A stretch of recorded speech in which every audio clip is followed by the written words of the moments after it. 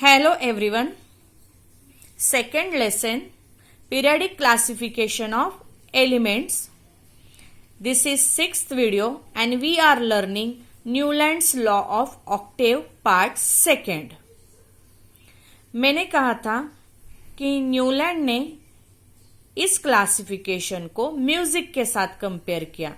वो कैसे, वो देखो, ये जो सप्तक है देखो, सा रे गा मा प ध नी के बाद फिर से क्या आता है, सा। वैसे ही एवरी 8 एलिमेंट फर्स्ट एलिमेंट की ही प्रॉपर्टी क्या करता है, शो करता है। इस तरह से न्यूलैंड ने अपने क्लासिफिकेशन को म्यूजिक के साथ कंपेयर किया। Okay, many limitations were found in Newlands octave. Newland octave के क्लासिफिकेशन में बहुत सारे लिमिटेशन पाए गए। अभी कौन से लिमिटेशन पाए गए वो हम देखते हैं। Okay, limitation. First limitation, similarity in property of elements as per the law was seen only up to calcium. यानी कि जो प्रॉपर्टी सिमिलर होनी चाहिए, मीन्स फिर से मैं एक्सप्लेन करती हूँ टेबल लेके, means according to the law क्या होना चाहिए कि इस कॉलम में जितने सारे एलिमेंट है उन्होंने सेम प्रॉपर्टी शो करनी चाहिए। इस कॉलम में जितने सारे एलिमेंट है उन्होंने सेम प्रॉपर्टी क्या करनी चाहिए, शो करनी चाहिए। ओके, इस कॉलम में जितने एलिमेंट है उन्होंने सेम प्रॉपर्टी शो करनी चाहिए। लेकिन अकॉर्डिंग टू द लॉ के हिसाब से अगर हम जाए तो खाली कैल्शियम तक ही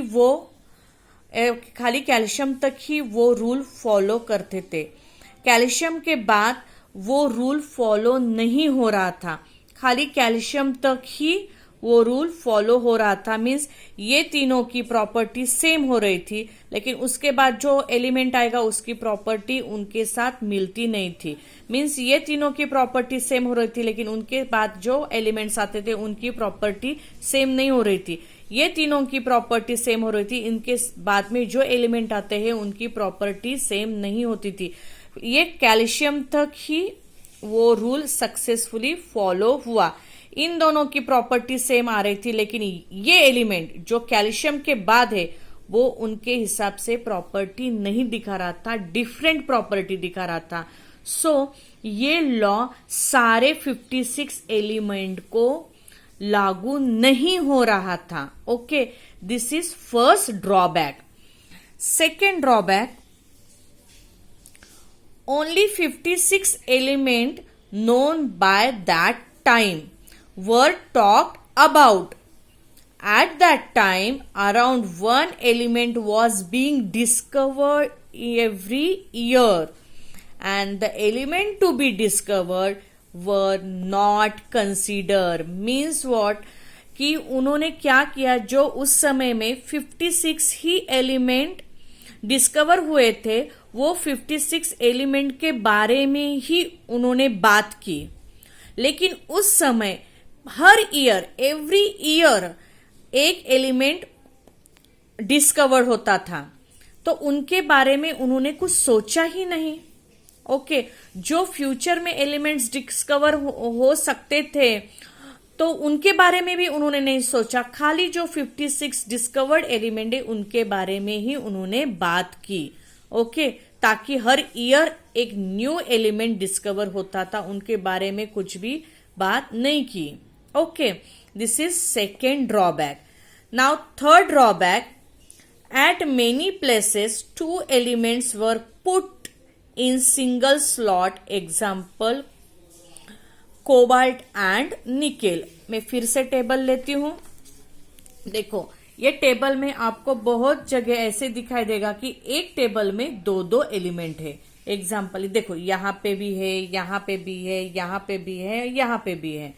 तो एक ही स्लॉट में 2-2 एलिमेंट्स को बिठाया गया था। Okay, this is the third drawback.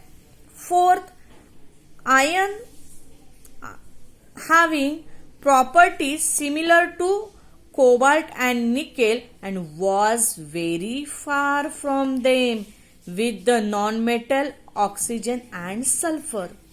Iron के बारे में क्या हुआ कि एक्चुअली में आयरन कोबाल्ट एंड निकल की जो प्रॉपर्टी वही वैसे ही प्रॉपर्टी आयरन की भी थी. मीन्स ये आयरन की प्रॉपर्टी और कोबाल्ट एंड निकेल की भी प्रॉपर्टी कैसी थी, सिमिलर थी. लेकिन आयरन को क्या हुआ,